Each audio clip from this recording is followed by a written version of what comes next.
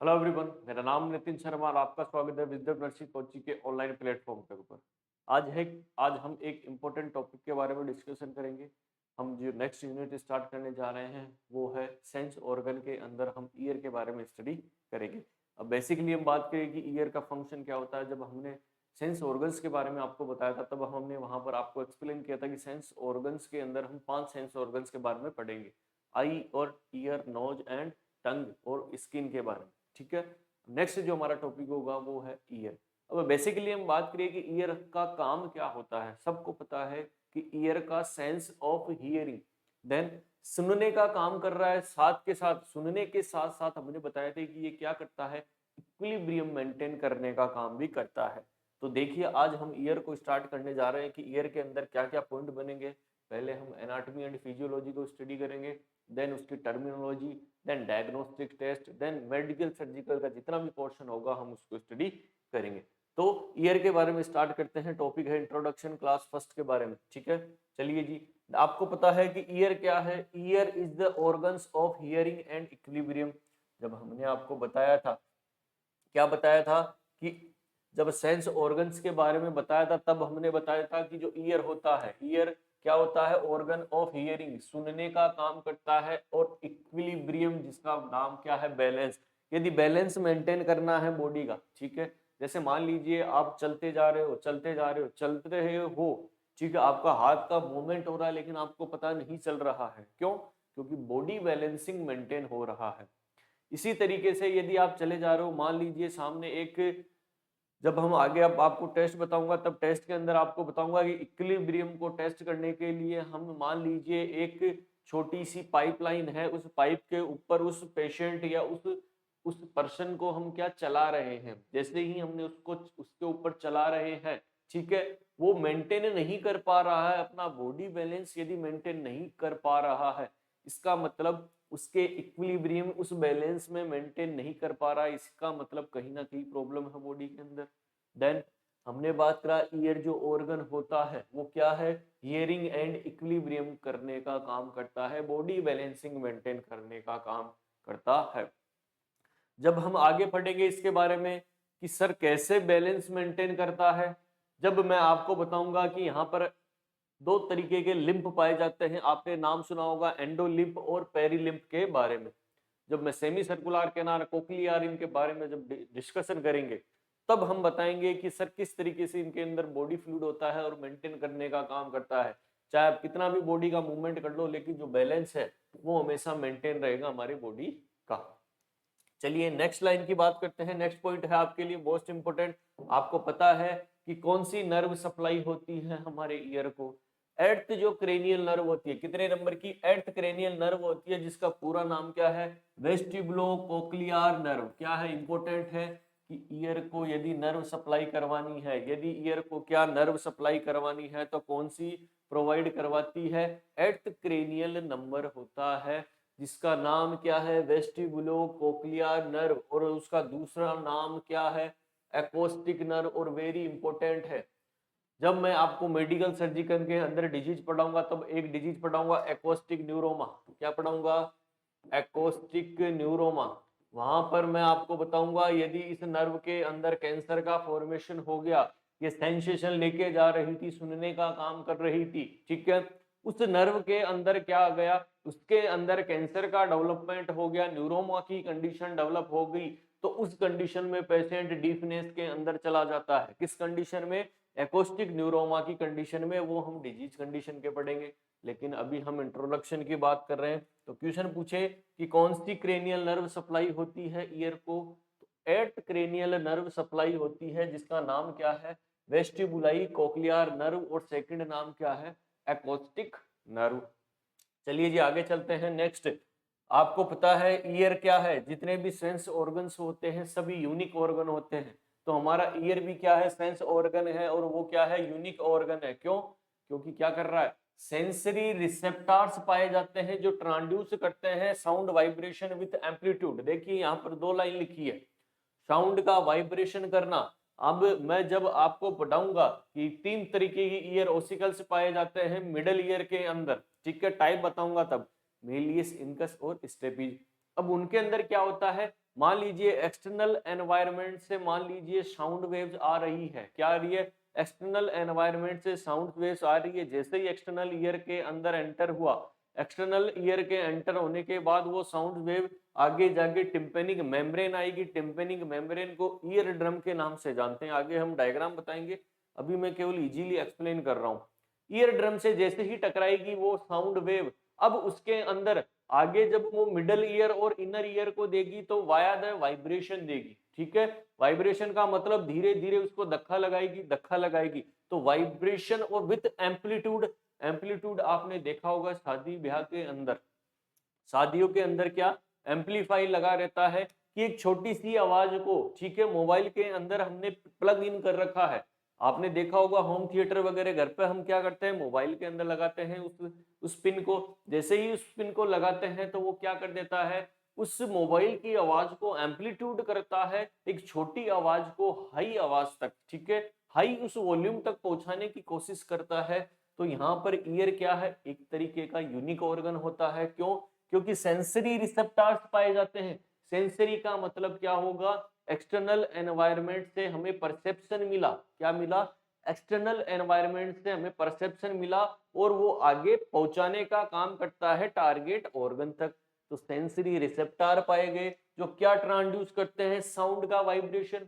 बाहर से साउंड आया, जैसे ही साउंड आया हमारे ईयर के अंदर एंट्री हुआ तो वाइब्रेशन के थ्रू वो प्रोवाइड करवाएगा, मेलियस को देगा, इनकस को देगा, स्टेपीज को देगा और इनर ईयर तक पहुंचाएगा। तो साउंड का वाइब्रेशन करेगा, देन विथ एम्पलीट्यूड छोटी सी आवाज को अब ज्यादा करके भेजेगा ताकि हम सुन सके कि क्या साउंड वेव्स आ रही है। क्लियर है? मोस्ट इंपोर्टेंट लाइन है ये। नेक्स्ट क्या है, बहुत ही इंपोर्टेंट लाइन है, फीटस कब स्टार्ट करता है हियरिंग। आप बोलते हैं कि मेरे आवाज मेरा बच्चा सुन रहा है कि नहीं, जैसे कान लगाते हो तो लात मारता है तो आपको ऐसा लगता है कि मेरी आवाज को सुन रहा है, रेस्पॉन्स कर रहा है। तो फीटस देखिए कब स्टार्ट कर देता है हियरिंग, जब वो 20 वीक का होता है इंट्रायूटेराइन लाइफ। देखिए इंट्रायूटेराइन लाइफ के अंदर after the fertilization, after the fertilization intrauterine life के अंदर उसका ग्रोथ एंड डेवलपमेंट चलता रहता है। तो जैसे ही 20 वीक के बाद में, ठीक है, 20 वीक हुआ तो फीटस स्टार्ट कर देता है उसकी हियरिंग कि वो क्या बोल रहे हैं और बाहर एक्सटर्नल एनवायरनमेंट से वो सुनने लग जाता है।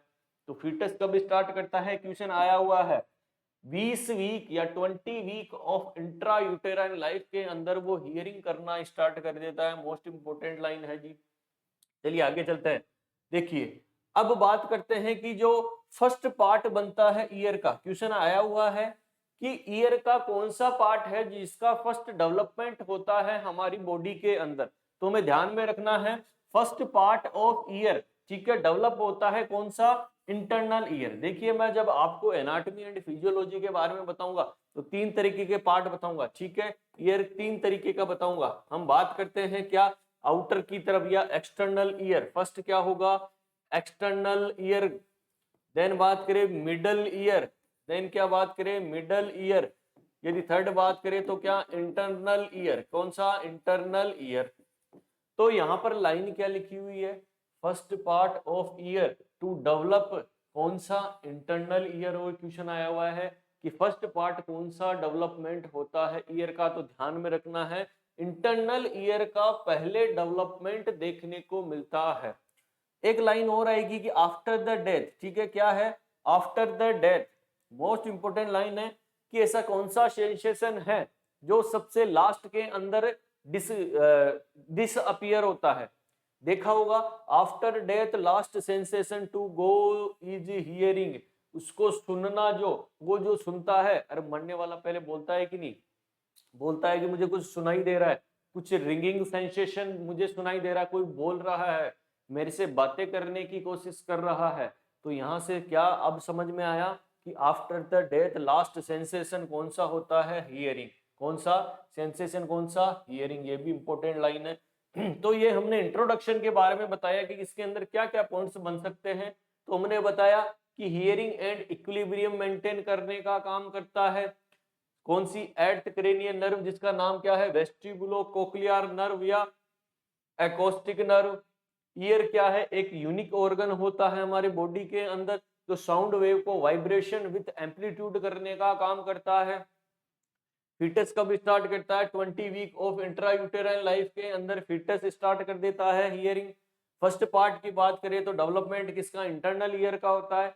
देन आफ्टर डेथ की बात करें, जो लास्ट सेंसेशन होता है वो हियरिंग होता है। तो ये हमने इंट्रोडक्शन की बात करी। चलिए नेक्स्ट की बात करते हैं, एनाटॉमी ऑफ ईयर। अभी हमने बताया एनाटॉमी ऑफ ईयर के अंदर क्या बताया कि जो ईयर होता है, 3 पार्ट होते हैं हमारे ईयर के। 3 कौन कौन से? अभी हमने बताया एक्सटर्नल ईयर होता है, सेकंड बात करें मिडल ईयर होता है, देन बात करें क्या? इनर ईयर पाया जाता है। तो ये हमने इसकी एनाटॉमी के बारे में अब स्टडी करेंगे विथ द डायग्राम। ठीक है, डायग्राम के अकॉर्डिंग देखिए, डायग्राम को आप देखिए, हम यहाँ बात कर रहे हैं outer ear, middle ear, then inner ear. तो 3 पार्ट हमने बता दिए कौन कौन से? Outer ear, middle ear, then inner ear. चलिए हम पहले मेरे हाथों से आपको डायग्राम बना के बताता हूं, देन हम डायग्रामेटिक क्वेश्चन को सोल्व करेंगे। देखिए डायग्राम से बात करें, हमने 3 ईयर के बारे में बताया, कौन कौन सा? External ear, middle ear, then inner ear. चलिए डायग्राम को शो करते हैं। ठीक है, डायग्राम को शो करते हैं।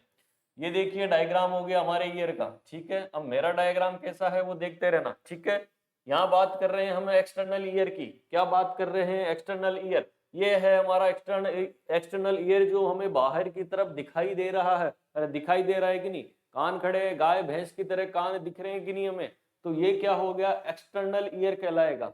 अब आप पूछोगे कि सर एक्सटर्नल ईयर क्या ये केवल बाहर वाला पार्ट ही है क्या? जी नहीं, बाहर वाला पार्ट नहीं है। अभी हम बाहर से अंदर की तरफ चलेंगे कि क्या क्या पार्ट होते हैं हमारे ईयर के अंदर। चलिए बात करते हैं हम। देखिए ये एक्सटर्नल ईयर हो गया। ठीक है, अब ये एक हेलिक्स बना रहा है। देखिए एक ट्रायंगुलर स्ट्रक्चर बना रहा है, एक गोल घुमावदार स्ट्रक्चर बना रहा है टॉप के अंदर। ठीक है, जिसे हम किस नाम से जानते हैं? हेलिक्स के नाम से जानते हैं। किस नाम से? हेलिक्स के नाम से जानते हैं। आपने देखा होगा एक ट्रेगस पाया जाता है, इसे क्या बोलते हैं? ट्रेगस। देखिए ये वाली स्ट्रक्चर कौन सी कहलाती है? ट्रेगस कहलाती है। आपने देखा होगा कि ट्रेगस का काम क्या होता है। आपको सबको पता है कि ट्रेगस का काम क्या होता है। जब आप एनजी ट्यूब का इंसर्शन करते हैं, नेजोगैस्ट्रिक ट्यूब का जब आप इंसर्शन करते हैं, तब आपने कहा एक लैंडमार्क को असेसमेंट करते हैं आप इस ट्रेगस से। देन स्टोमक तक क्या करते हैं? नोज टू स्टोमक तक हम उस पाइप को नापते हैं। ठीक है, उसका मेजरमेंट करते हैं उस लैंडमार्क के लिए। ठीक है, तो ट्रेगस क्या करता है? एक लैंडमार्क प्रोवाइड करवाता है। एनजी ट्यूब की लेंथ हमें कितनी लेनी है, कितना इंसर्शन करना है एनजी ट्यूब को इस पेशेंट के अंदर या उस पर्सन के अंदर, तो ट्रेगस का काम वो हो गया। सर पूछोगे आपसे ट्रेगस का एक ही काम करता है? नहीं, ट्रेगस एक काम और करता है। जब आप साइकेट्रिक के अंदर पढ़ोगे ईसीटी, इलेक्ट्रो कन्वर्जेंट थेरेपी, क्या? इलेक्ट्रो कन्वर्जिव थेरेपी, जब वहां पर पढ़ोगे कि जो ईसीटी के इलेक्ट्रोड्स लगाए जाते हैं ट्रेगस, ठीक है, ट्रेगस से जस्ट 1 to 2 सेंटीमीटर के पास में, ठीक है, about the 1 to 2 centimetre about the क्या लगाया जाता है? ईसीटी के इलेक्ट्रोड प्लेसमेंट किए जाते हैं। तो 2 क्वेश्चन यहाँ पर बन गए कि सर ट्रेगस यहाँ क्या काम कर रहा है? ट्रेगस एक ढक्कन की तरह काम कर रहा है। क्या? ढक्कन की तरह काम कर रहा है। दिख रहा है कि नहीं ढक्कन? कि कोई एक्सटर्नल इतना एनवायरनमेंट के अंदर डस्ट पार्टिकल है, फॉरेन ऑब्जेक्ट एंटर ना हो सके। ठीक है, तो ट्रेगस रोकने का काम भी करेगा। ट्रेगस सेकंड काम क्या करेगा? ये मेजरमेंट करने का काम करता है एनजी ट्यूब का, जो नेजोगैस्ट्रिक ट्यूब होती है उसका इंसर्शन कितना करना है उसका काम करेगा। देन ईसीटी के यदि इलेक्ट्रोड्स लगाए जाते हैं तो वो भी ट्रेगस वाले पार्ट के पास में लगाए जाते हैं। चलिए आपने बोला कि सर ट्रेगस भी पढ़ लिया। चलिए जी, अब बाहर की तरफ एक और स्ट्रक्चर दिखाई दे रही है, एक सॉफ्ट कार्टिलेज पाया जाता है। क्या है? सॉफ्ट कार्टिलेज पाया जाता है, जिसे हम किस नाम से जानते हैं? लोब्यूल। किस नाम से जानते हैं? लोब्यूल। और लड़कियों को अच्छी तरीके से पता है, आजकल तो लड़के भी पहनने लगे हैं ईयर रिंग्स, कि लोब्यूल वाला पार्ट क्या कहलाता है? लोब्यूल वाला पार्ट जहां पर ईयर रिंग्स को पहना जाता है सुंदर सुंदर दिखने के लिए, सोने चांदी आर्टिफिशियल क्या ईयर रिंग्स को पहना जाता है, तो वो कौन से पार्ट पर अप्लाई किया जाता है? लोब्यूल वाले पार्ट पर अप्लाई किया जाता है। कि सर लोब्यूल क्या ईयर रिंग का ही काम करता है क्या? नहीं, ईयर रिंग में सबसे ज्यादा ब्लड सप्लाई पाई जाती है। क्वेश्चन आया हुआ है ईयर का ऐसा कौन सा पार्ट है जिसके अंदर, एक्सटर्नल ईयर के अंदर ऐसा कौन सा पार्ट है जिसके अंदर हाईली वेस्कुलर पार्ट होता है? तो यहाँ ध्यान में रखना, लोब्यूल वाला पार्ट सबसे हाईली वेस्कुलर स्ट्रक्चर होती है। और आपने देखा होगा जब भी आप ईयर रिंग्स पहनते हैं पहली बार, तो जैसे ही आपने उसको पंच किया, ठीक है, जैसे ही ज्वेलर्स ने क्या किया, पंच किया, तो वहां पर ब्लीडिंग करना स्टार्ट कर देता है। क्यों? क्योंकि सबसे ज्यादा ब्लड सप्लाई हमें देखने को मिलती है कहाँ? इस लोब्यूल वाले पार्ट पर। ठीक है, नेक्स्ट ईयर रिंग्स करने में इंपॉर्टेंट है सर। और पूछोगे कि सर लोब्यूल और क्या काम करेगा? कि लोब्यूल और करेगा, आपने नाम सुना होगा हैंसन डिजीज। क्या नाम सुना होगा? हैंसन डिजीज, जिसका अदर नेम क्या है? लेप्रोसी। क्या नाम है? लेप्रोसी, या इसे हम कुष्ठ रोग के नाम से जानते हैं। किस नाम से? कुष्ठ रोग। आपने नाम सुना होगा, ये एक ही नाम है। इसे हम हैंसन डिजीज, लेप्रोसी, हिंदी में बात करें तो क्या? कुष्ठ रोग। बात करें कि सर हैंसन डिजीज का पॉजिटिव एजेंट क्या होता है, तो नाम सुना होगा Mycobacterium. Mycobacterium leprae. Mycobacterium leprae क्या होता है? इस हैंसन डिजीज या लेप्रोसी का क्या होता है? पॉजिटिव एजेंट होता है। कि सर आपने बताया कि हैंसन डिजीज, लेप्रोसी, आप यहाँ पर क्यों स्टडी कर रहे हो? अब मैं बताऊंगा कि यहाँ हैंसन डिजीज और लेप्रोसी क्यों बता रहा हूं। जब आपका इस हैंसन डिजीज या लेप्रोसी का क्या करना है? डायग्नोसिस करना है। क्या करना है? डायग्नोसिस या कंफर्मेटरी टेस्ट करना है कि हाँ इस पेशेंट को, इस पर्सन को क्या है? लेप्रोसी है, हैंसन डिजीज है। तो यदि हमें इसके पॉजिटिव एजेंट को यदि क्या करना है? असेसमेंट करना है, उसका डायग्नोसिस करना है कि उसके अंदर है कि नहीं ये माइकोबैक्टीरियम लेप्री, तो ये कंफर्मेटरी टेस्ट माना जाता है। और कंफर्मेटरी टेस्ट इसलिए कि इस लोब्यूल वाले पार्ट से क्या लिया जाता है? कुछ स्किन के लीजन्स लिए जाते हैं। क्या लिए जाते हैं?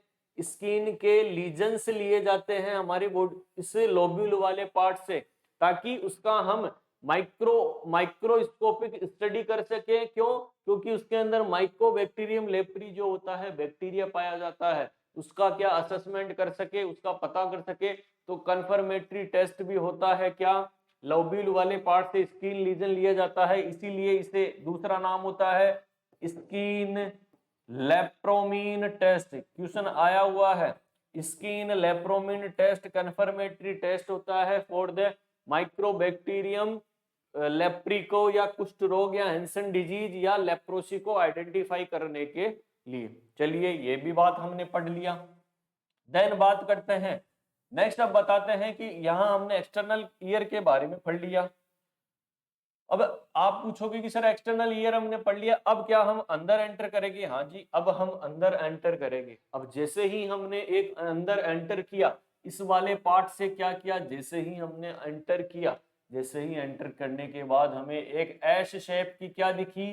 केनाल दिखी। क्या दिखी? एश शेप की हमें केनाल दिखी, जिसका नाम क्या है? क्वेश्चन आया हुआ है, जिसे हम EAC, क्या? EAC, जिसका फुल नेम क्या है?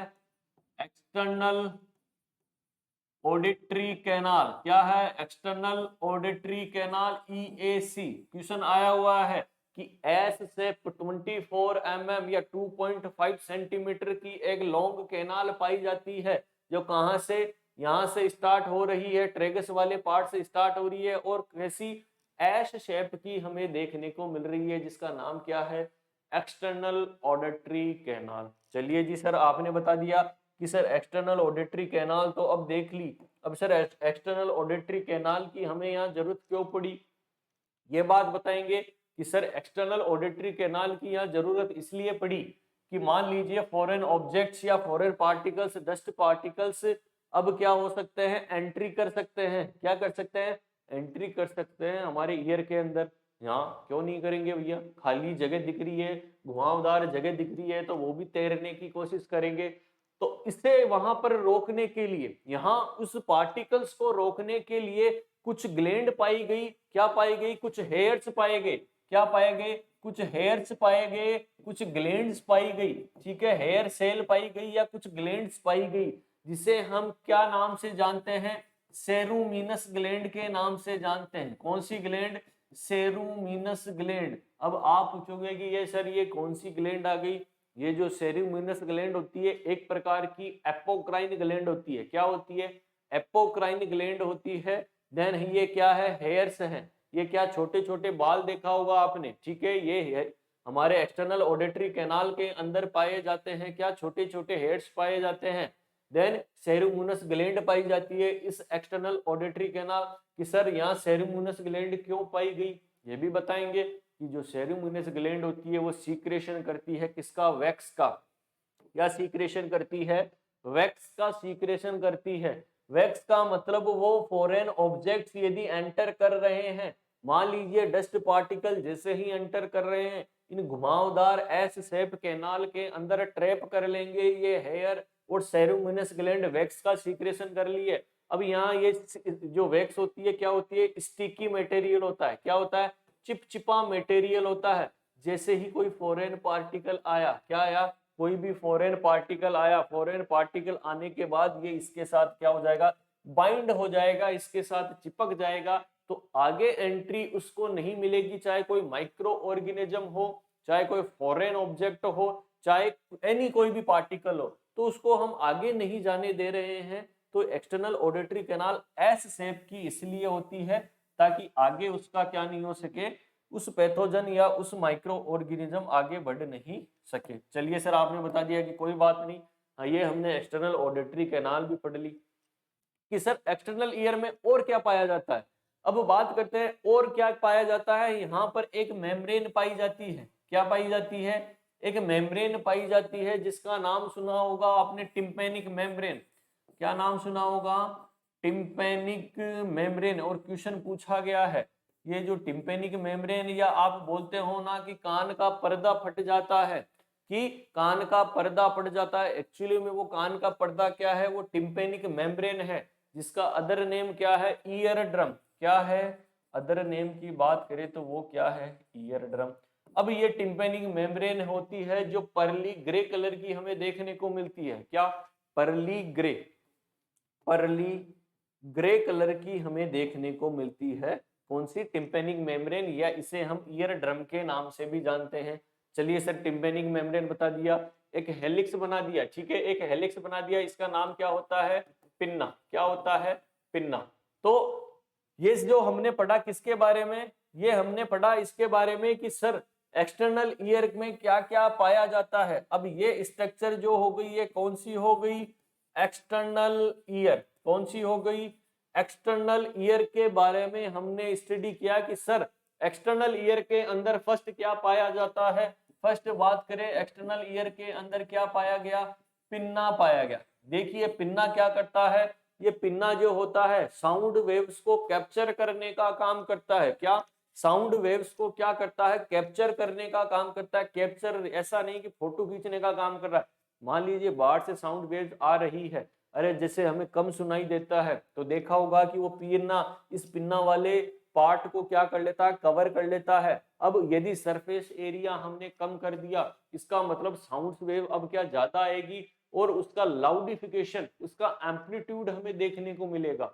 ठीक है, तो पिन्ना क्या करता है, देखा होगा गाय भैंसों के अंदर तो पिन्ना हिलता भी है, अपना पिन्ना हिलता नहीं है, एक जगह स्टेबल है। क्यों, क्योंकि अब ये डिजेनरेटिव चेंजेस इवोल्यूशन की वजह से अब हमने इस पिन्ना को काम करना कम कर दिया। काम केवल इतना लिया कि ये साउंड वेव्स को कैप्चर करेगा और आगे ट्रांसमिट करता है उन साउंड वेव्स को। ठीक है, जैसे ही कम सुनाई देता है तो हम अपने ईयर इस पिन्ना वाले पार्ट को आगे कर देते हैं ताकि हम सुन सके, इसलिए पिन्ना काम आ गया। चलिए सेकंड बात करें कि सर एक्सटर्नल ईयर में सेकंड पार्ट किस बारे में, एक्सटर्नल ऑडिटरी कैनाल के बारे में पढ़ा। किसके बारे में, एक्सटर्नल ऑडिटरी कैनाल के बारे में पढ़ा।